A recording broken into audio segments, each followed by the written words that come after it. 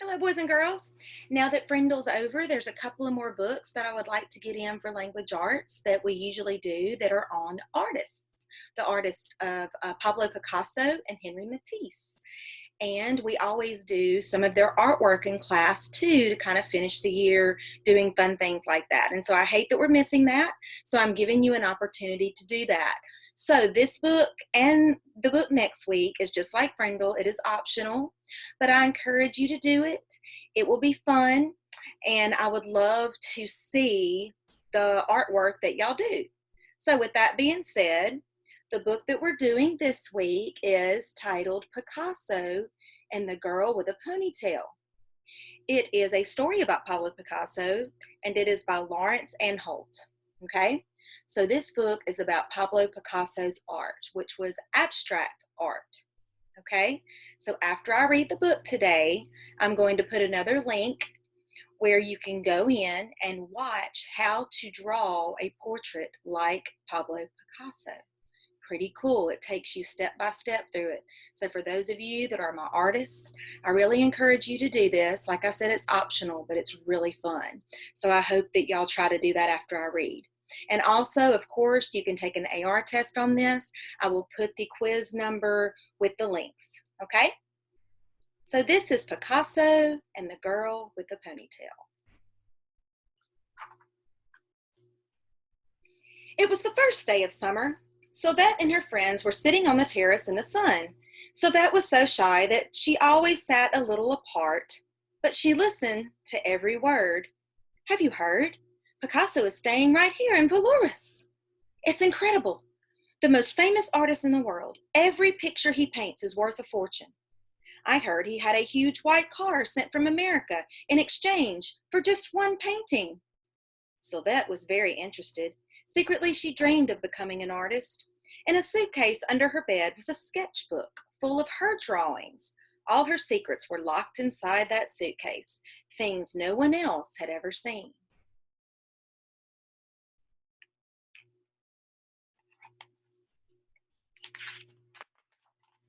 Suddenly, Sylvette noticed something absolutely amazing. Right in front of her eyes, a beautiful picture had appeared above the terrace wall. Look, shouted her friends, it's Sylvette. Only Sylvette has a ponytail like that. Sylvette hid her face in her hands. She heard a roar of laughter from behind the wall. They all ran to look. They saw a man holding the picture above his head. He was short but very muscular. He wore a striped shirt, shorts, and a pair of bedroom slippers. It was Picasso. I saw you all from my studio, he laughed, and I made a sketch. Come on, why don't you visit me? They get to go to his studio. How about that? Sylvette was last inside the door, her heart beating like a drum. The studio was a treasure house, as if the artist had never thrown away a single thing. Every surface was piled with bits and pieces, tins of paint, scraps of wood, strange sculptures, children's toys, broken pots, a cowboy hat, flowers, painted plates, a boomerang, fish bones, a clown's mask, a bird cage, guitars, a bullfighter's sword. And more than anything else, Sylvette saw paintings, hundreds and hundreds of them, each one signed with a single word, Picasso. So look, this is how he wrote his signature. Look really closely there.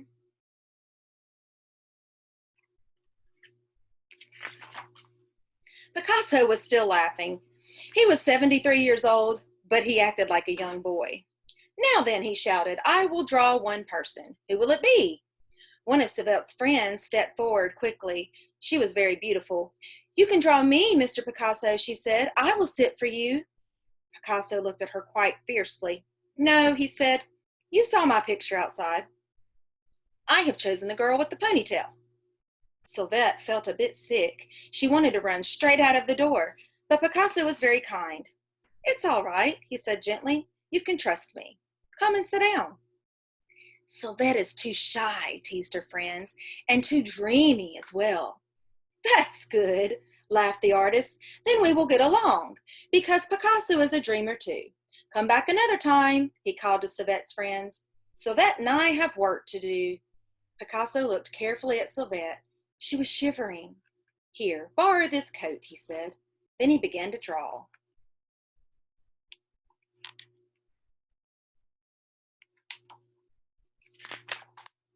The first drawing was slow and careful, a delicate pencil study.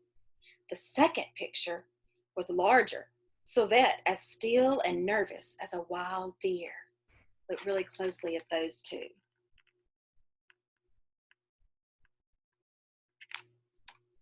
Then Picasso began to work faster and faster. The pictures grew larger and more strange. Picasso was enjoying himself. So this is an example of abstract art. See how he would draw people, but yet make it look abstract. Pretty cool. At the end of the day, Sylvette ran home. She took out her sketchbook, but her head was spinning and none of her drawings came out right. The next morning, Sylvette returned nervously to the studio. Perhaps Picasso had forgotten her, but he opened the door and grinned at her like a schoolboy. Little by little, the paintings became more daring and more extraordinary. Little by little, Sylvette was becoming less shy. Picasso seemed to change every moment, just like his pictures. He was as proud as a king. He painted like a magician, and yet he liked to dress up and play games. Sometimes he put on funny hats or masks to make Sylvette laugh. He told her about the animals he had owned: dogs, a goat who he allowed to sleep indoors, and a bad-tempered monkey. Once he had even kept an owl. Of course, Picasso had painted them all.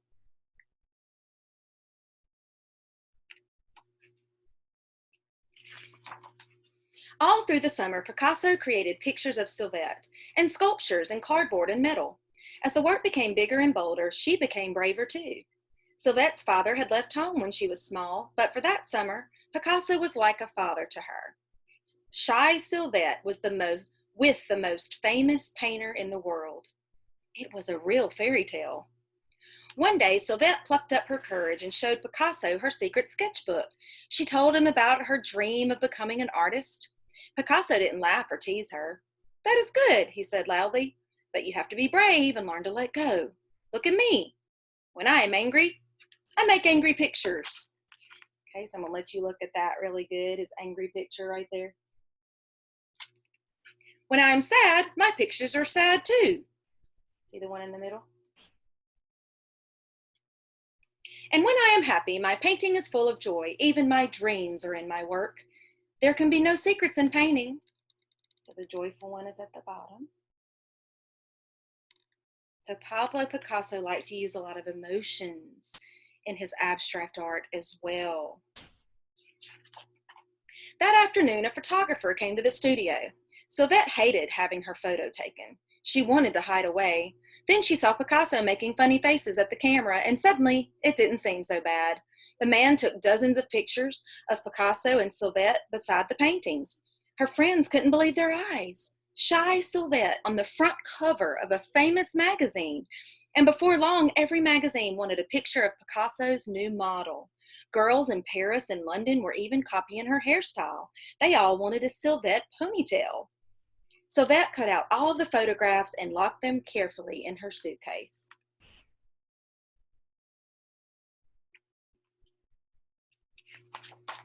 Sometimes Picasso worked late into the night.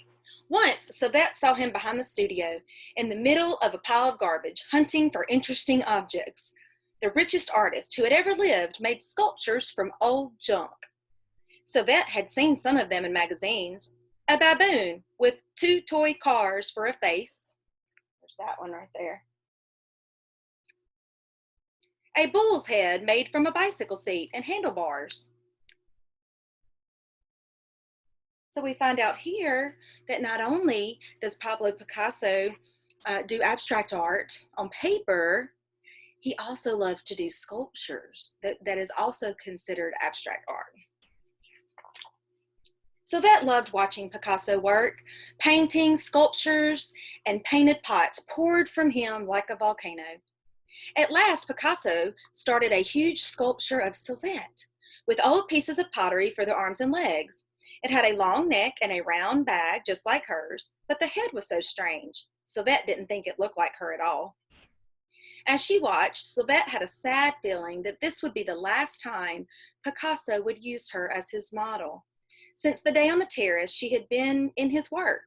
Soon it would all fade, like the summer. So he is now forming a sculpture of Sylvette as well. While Picasso worked, Sylvette began telling him her secrets. She talked about the time her father had gone away. Sylvette kept a special picture of him in her suitcase, but she had never told anyone how hurt and lonely she had been. Picasso looked up at her with burning black eyes. "It is very hard when people move apart," he said, "but try to remember every door that closes, a new door opens." It began to grow dark. As they looked at the sculpture, Sylvette told Picasso a secret she had locked away and tried to forget. She talked about the man who had come to live with her mother, a loud, unpleasant bully. Sylvette was sometimes so unhappy that she wanted to run away. Picasso looked at her kindly, then he jumped up. "You have given me an idea," he said. "I knew something was missing from the sculpture. Sylvette must hold something in her hand." So he's going to add something to the sculpture. What do you think he's going to add? Picasso began searching through bits and pieces on a table. He tipped out a drawer onto the floor. At last he found what he wanted. "In her hand," Picasso announced, "Sylvette holds a key." He pushed a big iron key into the hand of the sculpture. Sylvette looked puzzled. "She has a key because she has so many secrets locked away." Picasso fixed the key in place with some plaster. "But she also has a key," listen, Sylvette, "to open new doors." Then Picasso reached out his hand, white with plaster, and gently touched Sylvette's face. "Look, it is finished. The girl with a key. Now, Sylvette, I would like to give you a present. You may choose any picture you like. Perhaps it will help to open some doors for you." When Sylvette stepped out of Picasso's studio for the last time, she was carrying that very first picture. She held it carefully because the paint on the signature was not quite dry.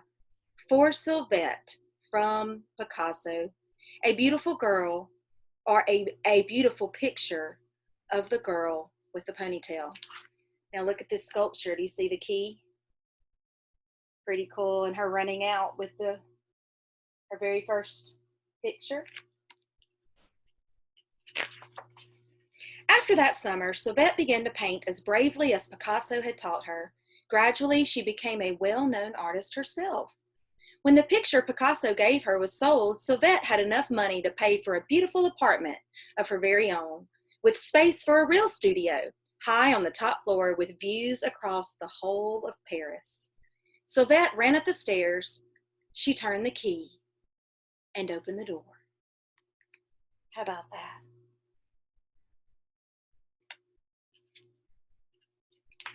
And this is a true story, okay? Picasso really did use a girl named Sylvette, and he did artwork on her in a sculpture, and he gave her the confidence she needed to become an artist herself.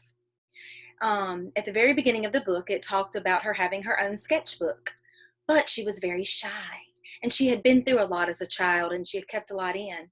Picasso brought that out of her and helped her realize that she could be a good artist herself. So with his encouragement, he was able to make her dream come true of being an artist. So this is a very inspiring story, and it's a true story. So the very end of the book actually has a real photograph of the two of them. So I'm going to show that to you. Pretty cool. Don't we love inspiring true stories, especially now with everything that's going on? So I would love for you to take the AR test on this. I will put the code with the link, and also I will put the link on how to draw a Pablo Picasso portrait. I really encourage you to do that. It's really cool how they go through every step, and I would love to see your artwork. So if you do any Picasso masterpieces, please upload them to Seesaw for us so that we can see your wonderful artwork. Thank you, boys and girls. Have a great week. Miss and love y'all. Bye.